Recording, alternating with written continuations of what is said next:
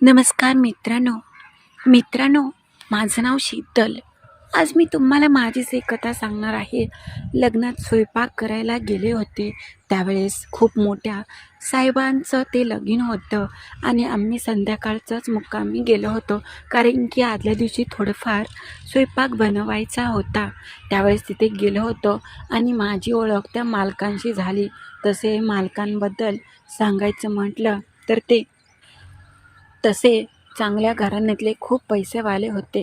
मग माझी आणि त्यांची रात्री ओळख झाली. त्यावेळेस कोणी नव्हतं आणि ते माझ्याजवळ आले आणि बसले. बोलता बोलता एकदम वेगळेच विषय रंगले आणि त्यांनी कसं मला जवळ घेऊन खूपच वेगळ्या पद्धतीमध्ये मला सुख दिलं आणि पुढे काय काय केलं त्या रात्री तीच कथा आज मी तुम्हाला सांगणार आहे. त्याच्या आधी जर तुम्ही नवीन असाल आणि चॅनलला लाईक अजून सबस्क्राईबच नसेल केलं तर प्लीज आत्ता लगेच करून घ्या. आणि चला तर मग कथेला सुरुवात करूया. नमस्कार मित्रांनो, मी शीतल आहे. तसं गावाकडे काय काम नव्हतं आणि ह्या लग्नाचे दिवस होते.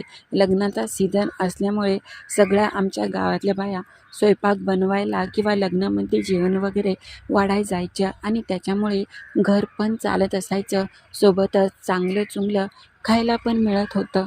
त्यावेळेस मला चांगलंच आठवतंय. झालं असं की मी आणि माझी मैत्रीण आम्ही सकाळपासून खूपच घाई गडबडीत होतो आणि आमचे जिथे आम्ही जेवण बनवायला जायचो ते मालक आले होते. "अगं, किती वेळ लागतो तुम्हाला सकाळचा नाश्ता करायचा आहे आणि संध्याकाळी मुक्कामी तिकडेच थांबायचं आहे. त्यामुळे ते म्हटले, लवकर उरका, आपल्याला जायचं आहे." मी म्हटलं, "बरं, ठीक आहे, तुम्ही नका काळजी करू, आपण लवकरच जाऊया." तर ते म्हटले, "चला." आम्ही त्याच्या गाडीवरती बसलो आणि जिथे होतं कार्यक्रम तिकडे आलो होतो. लग्न खूपच मोठं होतं आणि आदल्या दिवशी आम्ही तिथे पोचलो. नंतर संध्याकाळ झाली आणि थोडंफार तयारी चालू होते माझी आणि इथं एवढी कोणाशी ओळख नव्हती. माझी मैत्रीण थोडंसं कामानिमित्त बाहेर गेले होते. मीच तिथे होते आणि त्याच्यातच ते ज्यांच्या घरी कार्यक्रम होता लग्नाचा ते मालक आले. चांगलेच धिप्पाड पैसेवाले, पांढरे शुभ्र कपडे घातले होते आणि ते म्हटले, "सगळी तयारी व्यवस्थित चालू आहे ना?" मी म्हटलं, "हो." त्याच्यात मी दिसायला खूपच देखणी आणि गोरीपान होते आणि त्यावेळेस ते म्हटले, की "तुम्ही कोणत्या गावचे आहात?" त्यावेळेस मी त्यांना गावाचं नाव सांगितलं. मी म्हटलं, की "कधीपर्यंत तुम्हाला हे सगळं तयारी करून पाहिजे?" ते म्हटले, "तसं काही नाही, उद्या सकाळचाच कार्यक्रम आहे. मग आज संध्याकाळी तुमचं होतं आहे, काय लागेल ते सांगा आणि मला फोन करा." मी म्हटलं, "हो, तुम्हाला लागल्यावर मी नक्की हाक मारेन आणि काय हवं नको ते सांगेन." ते म्हटले, "हां, ते मात्र आहेच." तसं म्हणायला गेलं तर त्यांना माहीत होता माझा स्वभाव कसा आहे तो. तर ते मला म्हटले, "तुम्हाला एक बोलू का?" मी म्हटलं, "हां, बोला ना. तुम्ही किती दिवसापासून आहात आणि किती पैसे कमवता?" त्यावेळेस मी त्यांना सांगितलं, "काही नाही, हजेरी असते ₹200-250." त्यावेळेस ते म्हटले, "तुम्ही एवढ्या सुंदर आहात आणि इकडे येता रातचं वगैरे, घरचे तुमचे काही म्हणत नाही का?" त्यावेळेस मी म्हटलं, "नाही, घरच्यांना माहीत आहे की पोटापाण्यासाठी कुठे ना कुठे काहीतरी काम वगैरे करावंच लागतं." आणि तर ते म्हटले, "हो, ते तर आहेच. मात्र आमच्या घरी पण असंच काम करणारं कोणीतरी पाहिजे. मी चांगला पगार देईन." मी म्हटलं, "हो का?"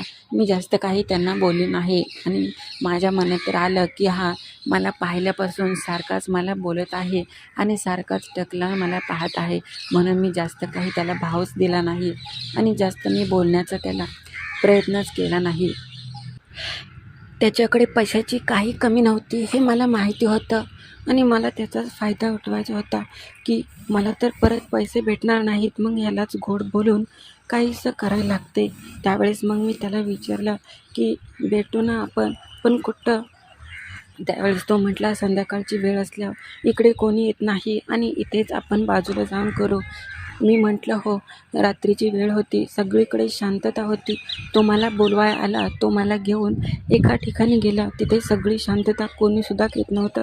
तिथे गेल्यानंतर त्याने मला जवळ घेतलं आणि झाला ना चालू. त्याची करण्याची पद्धत खूपच निराळी आणि खूपच वेगळी होती.